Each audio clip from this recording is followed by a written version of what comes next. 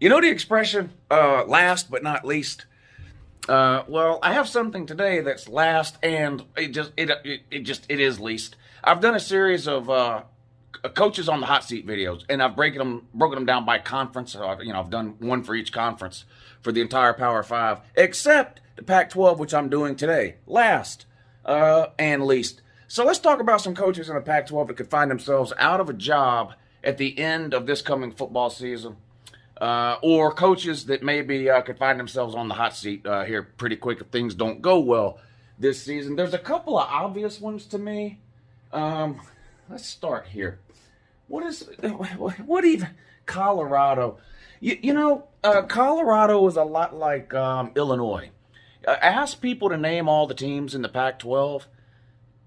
The one that's going to get forgotten or left out the most is Colorado. It's Illinois in the Big Ten. You ask people to name Big Ten teams. A lot of times they'll forget about Illinois. Karl Dorrell, is that this guy's name, the head coach at Colorado? He replaced Mel Tucker. Mel Tucker was only there for one season. Saw the writing on the wall, I think. Got the hell out when a better opportunity presented itself at Michigan State. Mel Tucker had some ties to Michigan State. He was on the staff previously, years and years ago, actually when Nick Saban was the coach there. But anyway, so they bring Karl Dorrell in to replace Mel Tucker. They got him from the Miami Dolphins. He was an assistant head coach or something. He's a longtime wide receivers coach. He was an assistant head coach with the Dolphins. Bounced around in the NFL a lot. Had a few college gigs too. They brought him in, and it really just hasn't gone well. Now, in his defense, his first season was the COVID season. You can kind of throw out the COVID season altogether, but particularly for teams who had brand new head coaches, that was a difficult ask. They had no real spring practice, no real off-season training program because of COVID. Didn't have time to implement playbooks and schemes and things like that. But he went 4-2. The Pac-12 played a pitiful 6-game schedule that season. Went 4-2. Not terrible, all things considered. But last year the wheels just completely fell off. They were 4-8. They scored under 20 points in like 10 of their 12 games. I mean, they had no offense at all. It was hard to watch. It was not good football. And it doesn't really look like things are going to turn around this year for Colorado. It's not that they play in a tough division or even really that tough of a conference. So you really don't even have any excuses. There's not a lot of hurdles to jump over in the Pac-12, but if you look at the roster and who's coming back and recruiting over the last couple of years and things like that, there's not a whole lot of reason, I don't think, to be excited if you're a Colorado fan. I don't see things going well for Colorado this year. Now, I guess one positive, their non-con schedule is pretty manageable. I think they play TCU. TCU's, a new coaching staff there. They play Air Force, group of 5 team, and they play Minnesota, who was pretty bad last year. But you never know. Minnesota does seem to have a pretty good year every once in a while.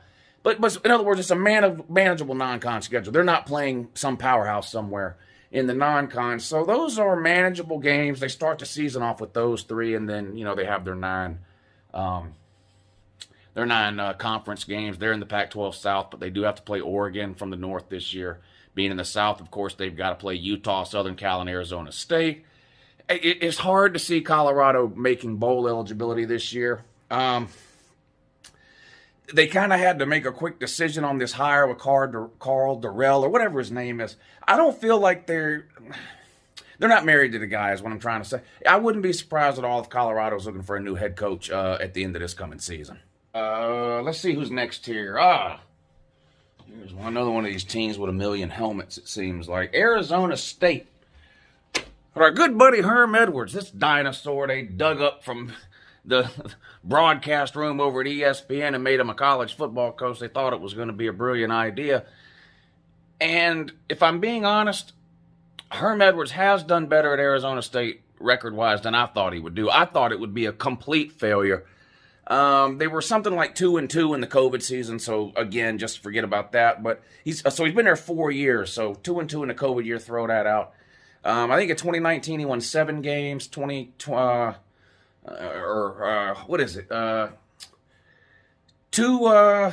wins in the COVID year, 7 wins, 8 wins, and 8 wins in the other 3. That's what it is. So he's been there since 2018, right? 18, 19, 20, 21. Yeah.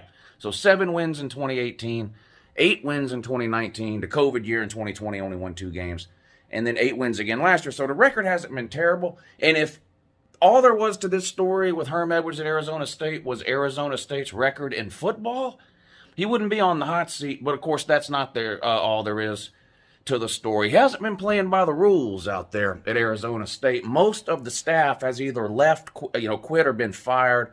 Never-ending NCAA investigations going on out there.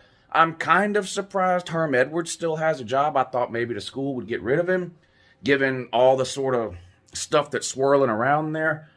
But they've decided to stick with him, and this is probably going to be a make-or-break year for him. The 7 or 8 win mark gets stale after a while when you keep doing it. At some point, you have to improve that.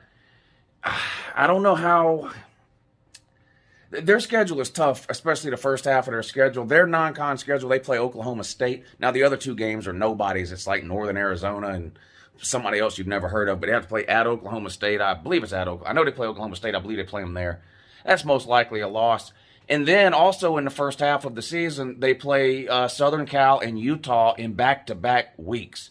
Those are the 2 toughest games on their schedule, or at least the 2 toughest conference games on their schedule. Maybe Oklahoma State's a little better than those teams, but their 2 toughest conference games, they play back-to-back. So, I mean, they could be 2-4, honestly, heading into the second half of the season. 3-3, I think, is the best-case scenario.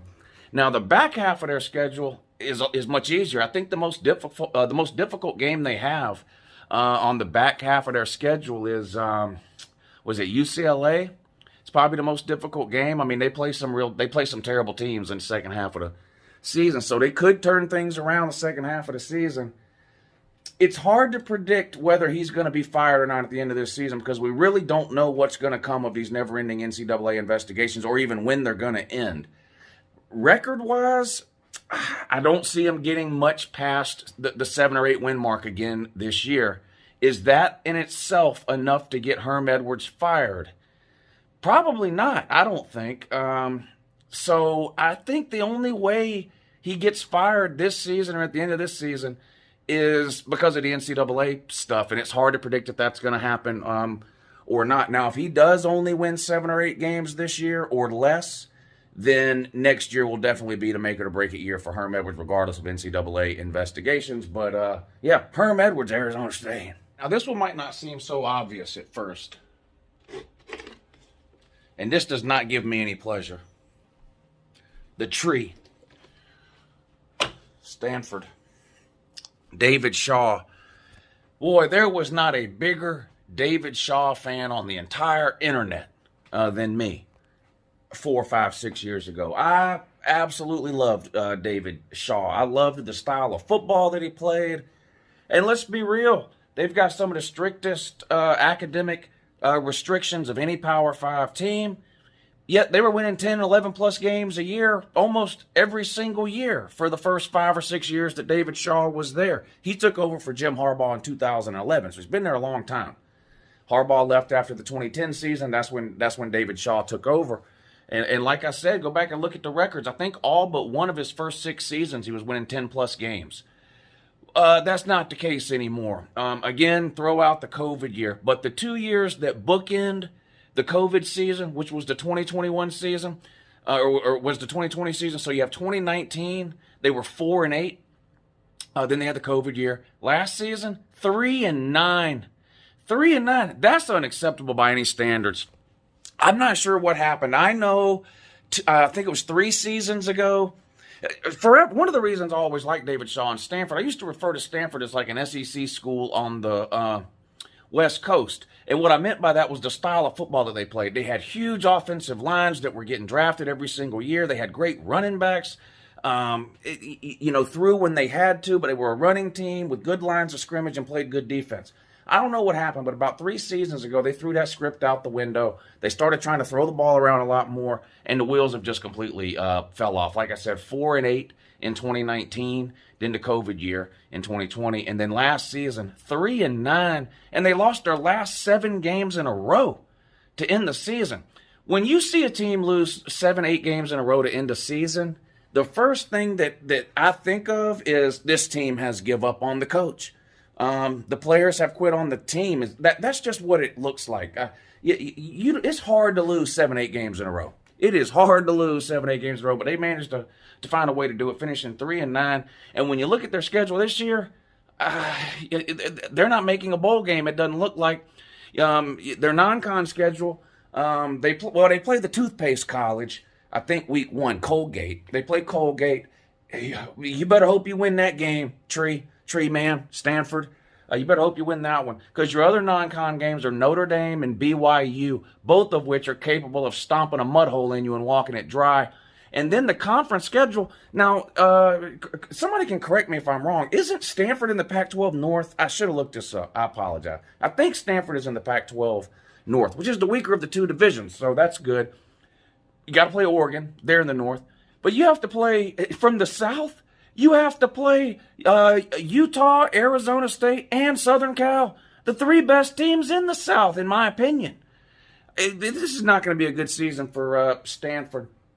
And I actually think of the 3 coaches we've talked about so far, which are primarily the 3 coaches that I think are on the hot seat this year, I actually think my buddy David Shaw is the most likely to get fired during or after this coming football season. I just don't know how you can keep him around if they have another abysmal season. And from all indications, that's where it's headed for Stanford.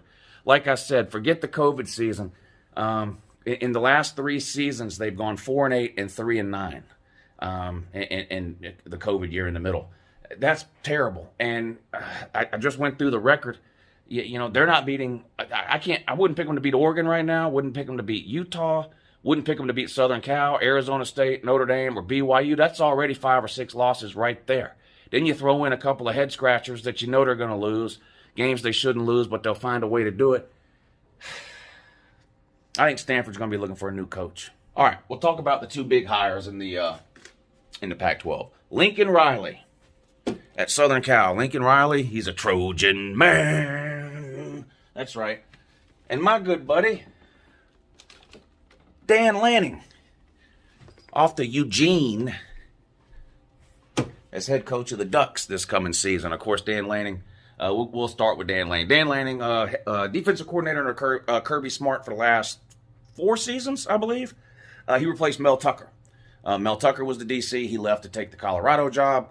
He's now at Michigan State. When he left to take the Colorado job, Dan Lanning was promoted to defensive coordinator. And how'd he do? Well, he fielded one of the best defenses we've ever seen last season, put 5 of those defensive players into the first round of the NFL draft. I know Kirby's going to get a lot of credit for that, and he should. But Dan Lanning's a hell of a defensive coordinator. But he takes over in Oregon, so clearly not on the hot seat. It's, year 1. No coach is on the hot seat year 1. It's just ridiculous to think that. So he's not on the hot seat. How can he do in his first year? I think he can do well. I mean, the Pac-12 is not a very difficult league, and they're in the Pac-12 North, which is, I think, worse than a Pac-12 South. Every once in a while, Washington is okay. They're not right now, at least not in my opinion. So there's really, you have to try really, if you're Oregon, you got to try really hard not to win the Pac-12 North. It's theirs to win, right? They do play Georgia to open things up week 1. Got to assume that's going to be a loss, but no one expects Oregon to win that game anyway. They're a 15-point underdog. They're playing in Atlanta, which is basically a home game for Georgia, so that's not going to matter. I like the hire. I like the Dan Lanning hire. When you build a successful program like Kirby is doing, like Nick Saban has done, we just saw both of Clemson's coordinators get head coaching jobs. When you win at a high level, you can expect some turnover on your coaching staff. You can expect other teams to come take your coordinators and make them head coaches. So I'm happy for Dan Lanning. I wish him well at Oregon, and we'll see how he does. But he's not on the hot seat. And, of course, the Trojan man, Lincoln Riley, he's off to sunny Los Angeles, California, to coach the USC Trojans. I don't think they're going to be very good this year. I think they'll be really good in a couple of years. I think Lincoln Riley is going to turn Southern Cal into Oklahoma on the West Coast. That's what I think is going to happen. There is no shortage of high school talent at the quarterback and wide receiver position in the western United States, along the West Coast, and in particular in California and Los Angeles, specifically within California. He's going to have a loaded offense here shortly. It's going to be good this year. I mean, he brings Caleb Williams in from Oklahoma. Offense will be good this year. be better next year and the year after. My concern for Southern Cal is the same concern I had when the entire time Lincoln Riley was head coach at Oklahoma, and its defense. Talking specifically about this season and how much better can Southern Cal be this year than they were last year, they can be significantly better because last year was the worst season Southern Cal's had in 30 years. You go back and check the records, okay? And their defense was horrendous. And that's my problem with some of these people who have Southern Cal ranked, 5, 6, and 7 in some of these preseason polls. I just think that's insane. First of all, I like their starting talent on offense at Southern Cal with what Lincoln Riley brought in. I don't like the depth there, and I don't like the defense at all. And Lincoln Riley brought the same defensive coordinator he had at Oklahoma with him to Southern Cal. So I don't know. It appears to me Lincoln Riley still hasn't learned his lesson of the importance of fielding a at least competent defense. We'll see. But again, in the Pac-12, there is no dominant program in the Pac-12 right now. Oregon has been winning the North a lot. Utah has been winning the South a lot. Neither one of those teams are perennial top 10 teams, right? So you don't have a long way to go to get to the front of the line in the Pac-12, and I think Southern Cal can get there very, very quickly. I just don't know if it can happen this year. They have to play Notre Dame. Of course, they play Utah and Arizona State from the Pac-12 South.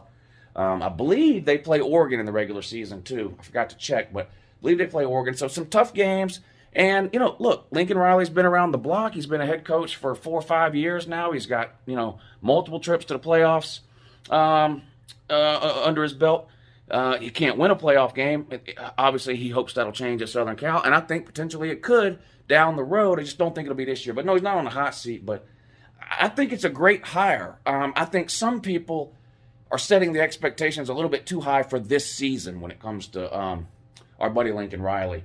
At Southern Cal. Chip Kelly at UCLA, I've heard some people mention he needs to win 8, 9, 10-plus games or whatever. I just don't know that UCLA cares that much, honestly. They have Chip Kelly.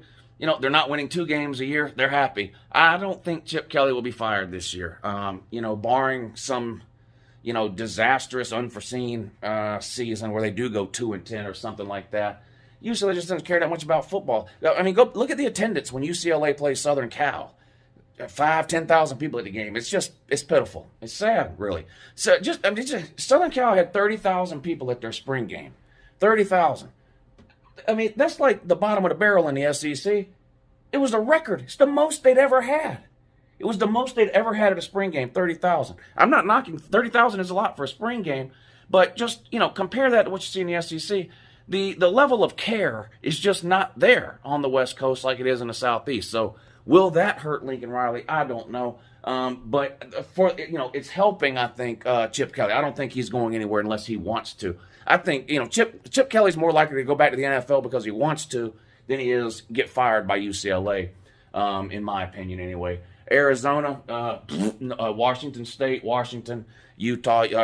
Utah, what's his name, Kyle Whittingham? Best coach in the Pac-12 right now, ain't he? Is he the best coach in the Pac-12? It's him or Lincoln Riley. It's him or Lincoln Riley. It might be Whittingham. That might not even be his name. Hell, I don't know.